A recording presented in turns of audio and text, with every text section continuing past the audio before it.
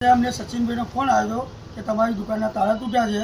તો આવીને જોયું, થોડું અડધું શટર નીચેથી અંદર બે જણા ઘૂસી, કેટલાક એક અંદરથી ઘૂસી અને જોયું અંદર તો ગલ્લા બલ્લામાં બધા પૈસા 8 થી 10 રૂપિયા, 10 થી 20 થી 50 જેવા નોટા સિક્કાને પહોંચોને હતું એ બધું, ને ચોપડીઓ ચેકબુકો ને બધું નીચે બધું વેરી ખાયું સાહેબ. રાત્રે 2:30 વાગ્યાની આજુબાજુ હોમગાર્ડમાંથી ફોન આવ્યો હતો કે તમારી દુકાનના શટર ખુલ્લા છે. એટલે રાત્રે 2:30 વાગ્યાની આજુબાજુ અમે પહોંચ્યા હતા દુકાને જઈને જોયું તો તાળા શટર તૂટેલું હતું અને અંદરનું બધું માલ વિખેર હતો અને પરચુરણ ને એવું બધું લઈ ગયા છે અમારી દુકાનેમાંથી. અને પછી આગળ તપાસ કરતાં બીજી 4 દુકાનોના બી તાળા તૂટેલા જોવા મળ્યા હતા. એટલે રાતે 5 વાગ્યાની આજુબાજુ આપણે જવાહરનગરમાં અરજી આપીને આવ્યા છે. એટલે પીઆઈ દેસાઈ સાહેબને આપણે કહેવાનું કે વહેલી તકે આ ચોરોને પકડે અને જે કંઈ બી સજાની જોગવાઈ હોય એ ચોરોને કરે. રાતે સચિનભાઈનો ફોન અમારી ઉપર આવ્યો હતો કે આવી રીતે તાળા તૂટ્યા છે.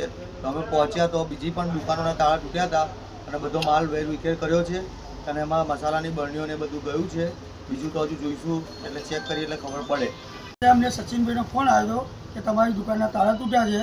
તો આવીને જોયું, થોડું અડધું શટર નીચેથી અંદર બે જણા ઘૂસી, કેટલાક એક અંદરથી ઘૂસી અને જોયું અંદર તો ગલ્લા બલ્લામાં બધા પૈસા 8 થી 10 રૂપિયા, 10 થી 20 થી 50 જેવા નોટા સિક્કાને પહોંચોને હતું એ બધું, ને ચોપડીઓ ચેકબુકો ને બધું નીચે બધું વેરી ખાયું સાહેબ. બાજવા ગામમાં ફરી ચોરોના આતંકથી વેપારીઓમાં ભયનો માહોલ. એક જ રાત્રે 5 વાગ્યા દુકાનોમાં તોડફોડ અને ચોરી. વડોદરા જિલ્લાના બાજવા ગામમાંથી ચોંકાવનારી ઘટના સામે આવી છે, જ્યાં ફરી એકવાર ચોરોએ આતંક મચાવ્યો છે. ગામના વ્યસ્ત ગણાતા ગાંધી રોડ વિસ્તારમાં એક જ રાત્રે 5 દુકાનોના શટર તોડી ચોરી કરવામાં આવી છે. આ બનાવ બાદ વેપારીઓ અને સ્થાનિકોમાં ભયનો માહોલ ફેલાયો છે અને સુરક્ષા અંગે ગંભીર પ્રશ્નો ઊભા થયા છે. ઘટનાની વિગતવાર માહિતી. ફૂલ રિપોર્ટ. મળતી માહિતી મુજબ ગઈ રાત્રે મોડી રાત્રે અજાણ્યા તત્વોએ ગાંધી રોડ પર આવેલી દુકાનોને નિશાન બનાવી હતી. ચોરોએ એક પછી એક 5 દુકાનોના શટર તોડી અંદર પ્રવેશ કર્યો હતો. દુકાનમાંથી રોકડ રકમ તેમજ કેટલીક કિંમતી વસ્તુઓ ચોરી કરવામાં આવી હતી. પ્રાથમિક અંદાજ મુજબ આશરે 18,000 રૂપિયા જેટલી રોકડ રકમ ચોરાઈ છે. જો સમયસર સુરક્ષા વ્યવસ્થા મજબૂત નહીં બને તો આવનારા સમયમાં આવી ઘટનાઓમાં વધારો થઈ શકે છે. બાજવા ગામમાં ફરી થયેલી આ ચોરીની ઘટનાએ સ્થાનિક સુરક્ષા વ્યવસ્થાને પ્રશ્નચિહ્ન હેઠળ મૂકી દીધી છે. વેપારીઓમાં ભય અને અસંતોષ સ્પષ્ટ જોવા મળે છે. હવે સૌની નજર પોલીસ અને પ્રશાસન પર છે. શું તેઓ ઝડપથી ચોરોને પકડી શકશે? શું ભવિષ્યમાં આવી ઘટનાઓ અટકાવી શકાશે? આ પ્રશ્નોના જવાબ આવનારો સમય જ આપશે. જોકે કેટલાક વેપારીઓનું કહેવું છે કે નુકસાનનો આંકડો વધુ પણ હોઈ શકે છે, કારણ કે કેટલીક વસ્તુઓની હજી ગણતરી ચાલી રહી છે. ચોરીની પદ્ધતિ પરથી સ્પષ્ટ થાય છે કે ચોરોએ અગાઉથી રિકોનસન્સ કરી હતી. દુકાનો એક જ લાઇનમાં હોવાને કારણે ચોરોને સરળતા મળી હતી. ચોરી કેવી રીતે થઈ? Modus operandi. ચોરોએ રાત્રિના સમયનો લાભ લીધો, જ્યારે રોડ પર કોઈ અવરજવર નહોતી. એક પછી એક દુકાનોના શટર તોડી અંદર પ્રવેશ કર્યો. ઝડપથી રોકડ અને હળવા સામાન પર હાથ ફેરવી લીધો. અંદાજે પહેલી 2 કલાકમાં આખી ઘટના પૂર્ણ કરી અને ફરાર થઈ ગયા. આ ઘટના દર્શાવે છે કે ચોરો ખૂબ જ વ્યવસ્થિત અને અનુભવ ધરાવતા હોઈ શકે છે. વેપારીઓમાં ભય અને અસુરક્ષા. આ બનાવ બાદ સ્થાનિક વેપારીઓમાં ભારે ભયનો માહોલ છે. ઘણા વેપારીઓએ પોતાની સુરક્ષા અંગે ચિંતા વ્યક્ત કરી છે. એક દુકાનદારે જણાવ્યું, થી વધુ, આ પહેલા પણ અહીં ચોરી થઈ ચૂકી છે. અમે પોલીસને ઘણી વખત કહ્યું છે કે પેટ્રોલિંગ વધારવું જોઈએ, પણ હજી સુધી કંઈ ખાસ બદલાવ આવ્યો નથી. બીજા વેપારીએ કહ્યું, થી વધુ, રાત્રે દુકાન બંધ કરીને જતાં હવે ડર લાગે છે. આવતીકાલે શું થશે તે ખબર નથી. અવતરણ ચિહ્ન. વારંવાર બની રહેલી ચોરીની ઘટનાઓ.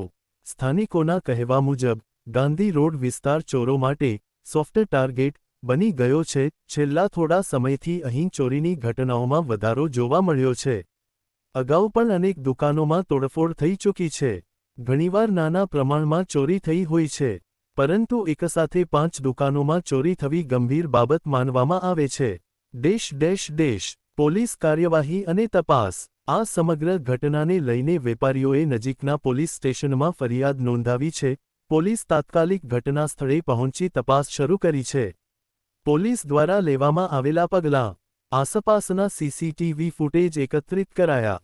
શંકાસ્પદ લોકોની પૂછપરછ શરૂ, પેટ્રોલિંગ વધારવાની જાહેરાત, ચોરોને ઝડપવા માટે વિશેષ ટીમની રચના, પોલીસ અધિકારીએ જણાવ્યું. થી વધુ, આ કેસને ગંભીરતાથી લેવામાં આવ્યો છે, જલ્દી જ આરોપીઓને પકડી લેવામાં આવશે.